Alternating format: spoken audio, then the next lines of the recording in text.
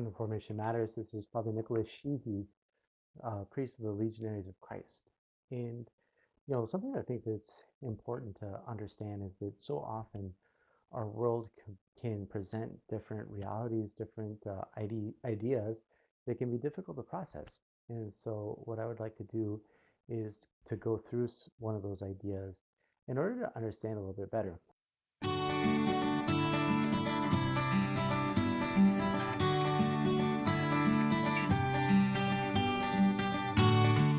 I think recently we're all aware of the phenomenon um, surrounding the Oppenheimer movie, right? And so it's kind of brought back into our collective consciousness, if you wanted to use that term. Oppenheimer, this famous scientist, and the Manhattan Project, which resulted in the atomic bomb, being used, what we would say, to end the Second World War. But I think that, precisely part of the question of Oppenheimer in his life is precisely to understand how that all works. And I think it underlines something that's very important in our cultural conversation and the dialogue that's important to have between faith and science is to understand, well, what exactly was going on there. And I think that we can look at Oppenheimer as a moment where we see an intersection between science and morality. So we can look at the can and the should in the Manhattan Project.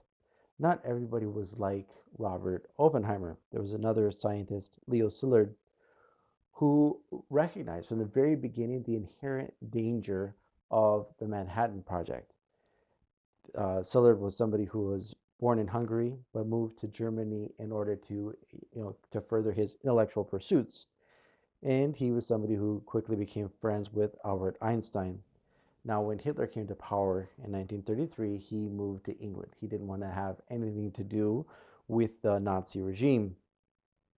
And by 1940, he was already in the United States. So we can see here somebody who goes from Hungary to Germany in order to increase or to further his intellectual pursuits, then from Germany to England to escape Hitler, and then finally moves all the way to the United States. So we could say somebody who progresses westward.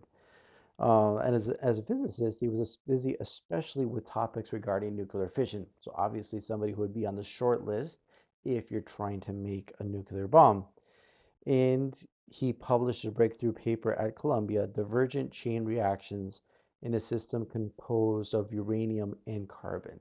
Okay, so here as well, we're looking at a scientific study that has a lot to do with the way a nuclear bomb works, because, just kind of basically a fission bomb, you take a heavier atom, in this case, uranium, and you're able to split the atom by, firing small particles at it, and that releases an incredible amount of energy. So very much along the lines of what Szilard's research was concerned with. And at the end, with the beginning of the war, Szilard went to great lengths to avoid publishing on nuclear topics, precisely because he was afraid that a nuclear bomb could end up in the hands of Hitler.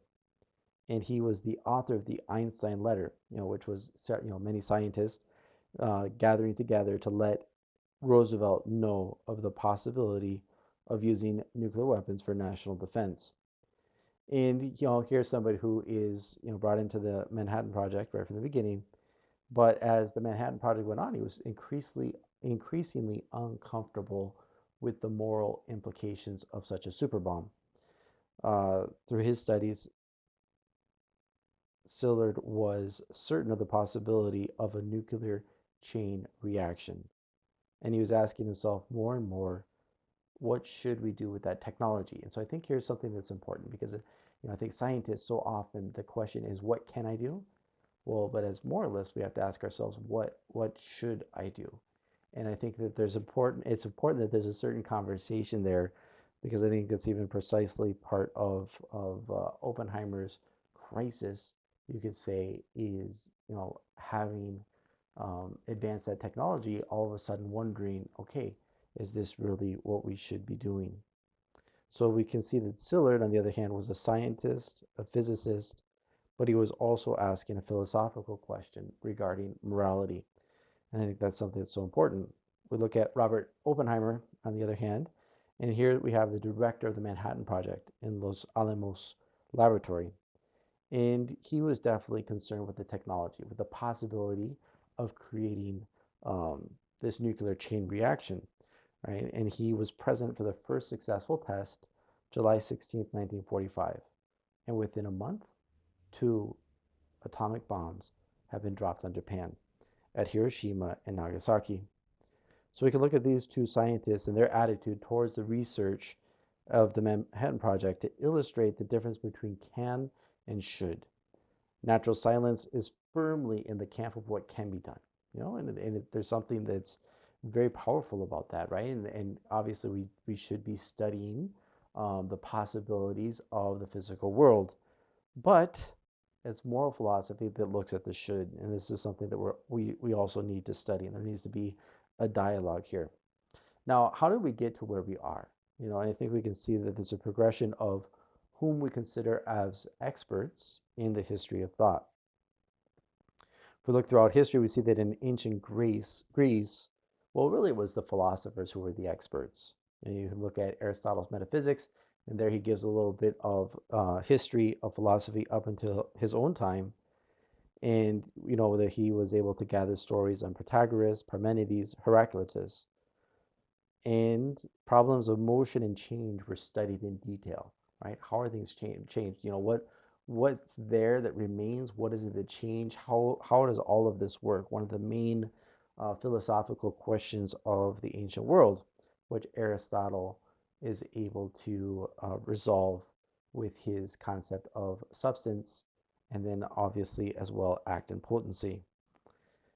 And Aristotle more, also closely related with Socrates and Plato, who was Aristotle's teacher.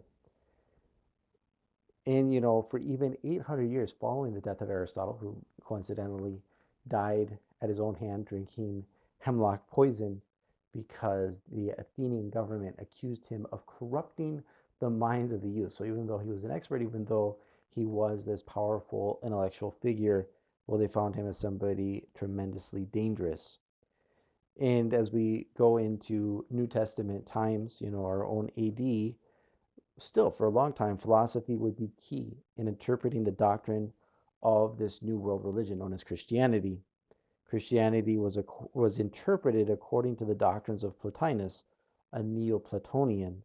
His positioning of the demiurge would lead the priest Arius to propose that Jesus was not truly God, but lesser to him, right? And so here we see very, very clearly an application of Plotinian theology, we could say, to the Christian reality of the Trinity, right? Denying the Trinity because Arius sees Jesus in the same spot that Plotinus would attribute to the demiurge. And it was very powerful. The Arian heresy, I think that whenever we're afraid of false doctrines taking over, well, we should look in the mirror and look in the history books and see the way that the Arian heresy played out. Because here we were at a serious danger of losing the integrity of the faith. And it would come to a head at the Council of Nicaea, year 325, and a short century before the fall of Rome, and a change of paradigm of thought in the West. Now, once Rome falls, so here we're looking at the early 5th century, the church took up the mantle of wisdom in the West. And so often it's easy to read history books that are accusing the church of, being too powerful and having too much secular authority. And, I think these are charges that do need to be examined. But I think you have to also recognize that there was this huge power vacuum. And so I think it would have been really interesting to see what would have happened if the church wasn't there. Would the West really have just slipped back into barbarism? Because when you talk about the Middle Ages as being barbaric times, you're missing context about what barbarism actually looks like. So popes and scholars in Rome would be really important for the next 1,000 years. That revisionist histories have tried to look at as the Dark Ages, but it was the monks and their monasteries who preserved the great deposit of knowledge in the West. Now we can see that with the advent of the Renaissance, artists and scientists began to play a role on the world stage. So here we see, a change. For so many years, the first, centuries, really, we have the philosophers, religious authorities being, kind of first place, really being the experts for society. But then in the Renaissance, there is that shift. The great artist Giotto, who ushers in the Renaissance with his paintings that pro, pro, um, promote and convey so much emotion and movement and composition and all these new things that he brings in and that other artists will take so much further. Well, in this Renaissance, there's also a falling away of some of the ancient canons. Art develops very quickly. Byzantine art had been somewhat static, very specific rules, something we're still able to appreciate in iconography. Um, and there's this push towards realism. And I think that art actually kind of leads the way to a certain extent and towards more and more of an appreciation of the natural sciences. With this push towards realism, well, then all of a sudden being able to reproduce nature as we find it becomes more and more important. And so these men and some women of knowledge, well, they wanted to know everything. I can think about the encyclopedists of the French, um, centuries later. But these men and women turned their attention to the natural sciences, beginning to look beyond philosophy and theology as premier areas of knowledge. And then we have the Enlightenment. So here we have another really change of paradigm. 17th and 18th centuries give a new importance to the natural sciences as well as to mathematics. And though in ancient times you have Euclid with his geometry, who really, was revolutionary, the new mathematicians would develop the science far more quickly than had ever been thought possible. And I think we have to, think that or realize that communication is also moving more quickly. And if our own times with the internet, communication seems to be instantaneous. Well, already there's a huge difference between the Enlightenment and, let's say, the year 1000 in rural France, right? Already in the with the time of the Enlightenment, human knowledge is advancing more quickly because there's more communication, and so discovery in one place is shared with those who are somewhere else. And this acceleration of human knowledge and development would increase and continue with the Industrial Revolution of the 18th and 19th centuries. Here we have engineering, mechanics, and chemistry becoming more important, as these were the areas that were driving the Industrial Revolution taking place. And, at the same time, there's a little bit of a moral reflection about the various advances made. And perhaps one of the most famous examples of this is actually the Communist Manifesto by Marx and Engels. Not signing off on this, not saying this is good, but it was, somewhat a philosophical reflection on the morality of the advance of technology. A much better and safer guide would be Rerum Novarum, the papal encyclical by Pope Leo XIII. And this was the first example of Catholic social doctrine really being gathered into one document. But what would cause more echo in the heart of society? The achievements of the World Fair or the words of an alien pontiff? And I think that we're living the results of that, right? If the world had listened to Pope Leo XIII, maybe a lot of things would be very different. But there's so much excitement about advancement and really just kind of technology for its own sake. Now, if we look at our own modern era of the 20th century, well, then we kind of look at technology as the apex of human knowledge. And it's hard to recognize the rapid achievements, developments, and changes of the Industrial Revolution when we compare them with our own. And that was revolutionary, amazing, but then it seems like technology is just going faster and faster and faster. The technological advancements that we're able to see. And it's something that I like to think about, a cell phone. Is a cell phone really a telephone? If you look at that invention by Alexander Graham Bell, which is, dependent on those lines, there's that somewhat physical connection. You're finding a way of transmitting sound waves along those physical copper lines. Well, then the cell phone, it really is a very different technology.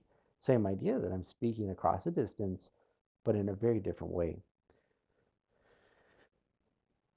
Now, if we look at our contemporary age, I think that there's a lot of looking towards medical doctors, climate scientists, geneticists, and artificial intelligence designers as perhaps the experts of our times. I remember during the pandemic, when I heard this mantra of believe the science, I was a little shocked because how do you believe science? If we look at the way that the world presents science to us, well, then it's just obvious and evident. And so if you're asking to believe the science, well, then perhaps you're admitting as well that it's not as evident as you might want to believe. And I think that recent events, such as the pandemic, but also some other things, give us pause, thinking that the actual effectiveness of technological advances might not be as clear cut as we might want to believe. So we're also called to reflect on the morality of the question. Just because we can do something, does that mean that we should do it? Right? And the answer is not always so clear. And if we want to resolve this, well, we have to actually look back and look at some of the perennial wisdom that belongs to us as those who have inherited Western culture. And we have to look at the harmony between faith and reason, because one objection that comes up frequently is a concern or belief that faith and reason cannot mix.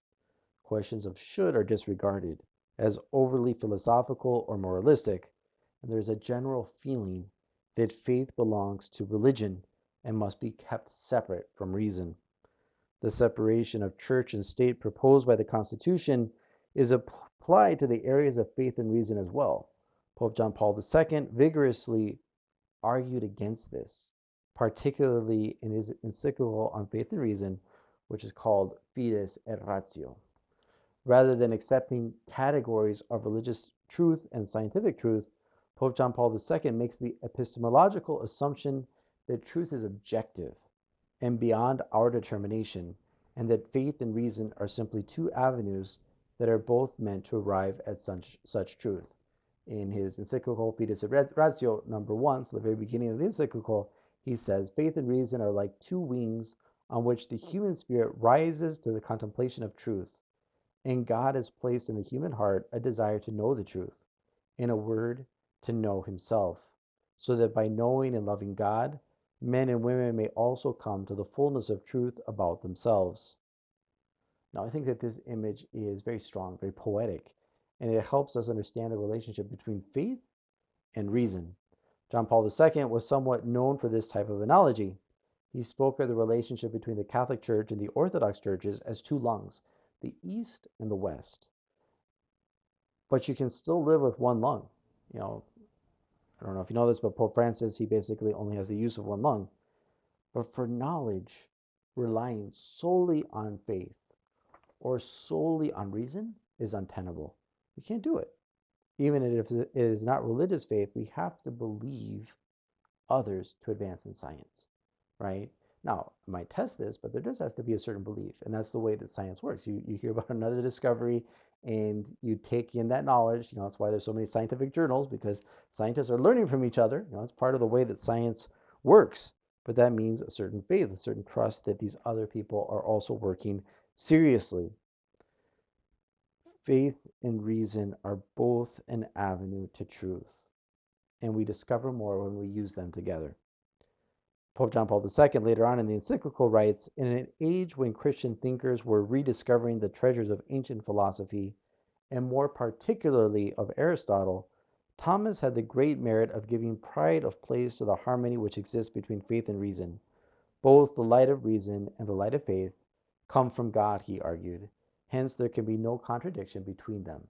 Also, St. Thomas Aquinas, building on Aristotle and really kind of baptizing Aristotle, we might say, was somebody who at the same time recognized the importance of religious truth and knowing that there's not really a difference or there can never be a contradiction between so-called religious and scientific truth because there's only one truth, right? Now, there's a couple obstacles to this, and one is fideism. And throughout church history, there's been the temptation of fideism, where we really put kind of blind faith at the top of the way we want to understand the world. And this, as a philosophical theory, posits that faith and belief are independent of reason and science. We could look at Soren Kierkegaard as somebody who argued that jumping beyond reason to accept religious truths that cannot be grasped through rational arguments. This is one of the reasons why he's seen as the father of existentialism. William James also proposed to adopt religious beliefs when evidence is inconclusive. These religious beliefs serve as a consolation for one's personal and emotional needs. Now, does that not sound familiar? So often we want to think of religion as simply something to console ourselves. And it's interesting that fideism and scientism agree that faith and belief are divorced from reason and evidence. Fideism leans towards believing without evidence, while scientism leads to wanting to rely solely on evidence, even though it's a proposition that is self-defeating. Now, what are the existential obligations of an ethical inquiry? You can go back to Oppenheimer. He was following the evidence, learning from observation and pursuing science. It was only later that he would begin to wrestle with the moral consequences of his intellectual pursuit. And here we can go back to John Paul II and his great, wonderful, marvelous, spectacular encyclical on the renewal of moral theology, something that was so necessary, something that for me going through theology I was so thankful for, and which I thought had really kind of conquered a lot of the evil in the world, and particularly within moral theology, but a document that I think really needs to be rediscovered. So Pope John Paul II says in Veritatis Splendor, also number 1, the development of science and technology, this splendid testimony of the human capacity for understanding and for perseverance, does not free humanity from the obligation to ask the ultimate religious questions. Rather, it spurs us on to face the most painful and decisive of struggles, those of the heart and of the moral conscience. So here, John Paul II, and I think he's pointed to this, that we can't just think about the can, a little bit probably the air of Oppenheimer. We have to look as well at the should, which ended up being the crisis for him and something that Leo Szilard was aware of from much earlier on.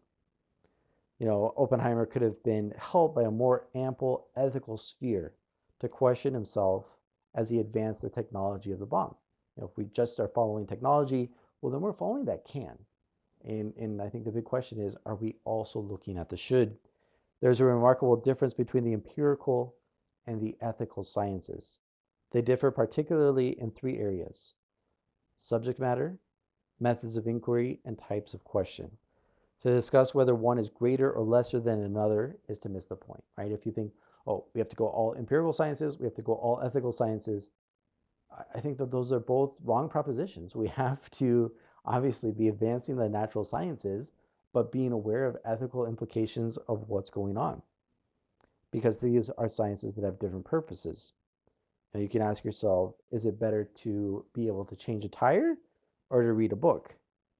And, a lot of us might think that more spiritual endeavors are of a higher plane, but if you're stuck on the side of the road with a flat tire, it's pretty handy to know how to change a tire. And, as we're coming towards a close, I'd like to throw out some canned questions of the present. Some areas where technology has advanced, there's certain things that we're able to do, but where there's not always the moral reflection accompanying that. Now, looking at the different groups of people that have been classified as the expert of the time doesn't mean to criticize one group or another. Rather, it is an effort to show that just as now we value scientists so much, other ages have valued philosophers or theologians. What we should learn from the whole discussion is that we should look to different types of experts according to what type of problem we're trying to solve, right? And that's kind of the crux of the problem in my opinion. That, if we're looking at a moral issue, well, we don't just ask the scientists, right? We need to be informed by what they're saying, and their information can be very helpful, but we have to look at it from a moral point of view, not just from a scientific, point of view of what can we accomplish. I think one of the great risks of contemporary culture is to pursue technology without making some of the vital moral inquiries.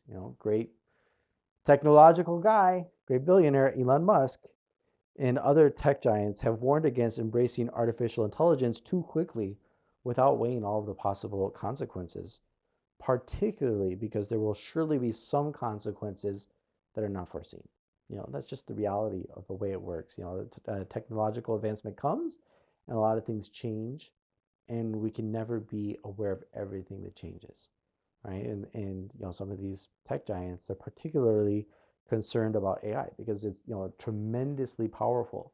But just like the atomic bomb was tremendously powerful, but then all of a sudden we were at a risk of ending our own civilization.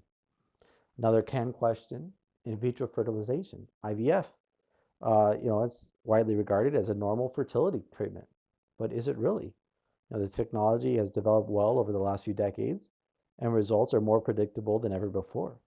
And it's something so commonplace that people don't even question the moral consequences. But it's a complicated process, and there are some serious reasons why the church condemns the practice. It's hard to imagine really being pro life and accepting IVF. Another can question: surrogate pregnancy.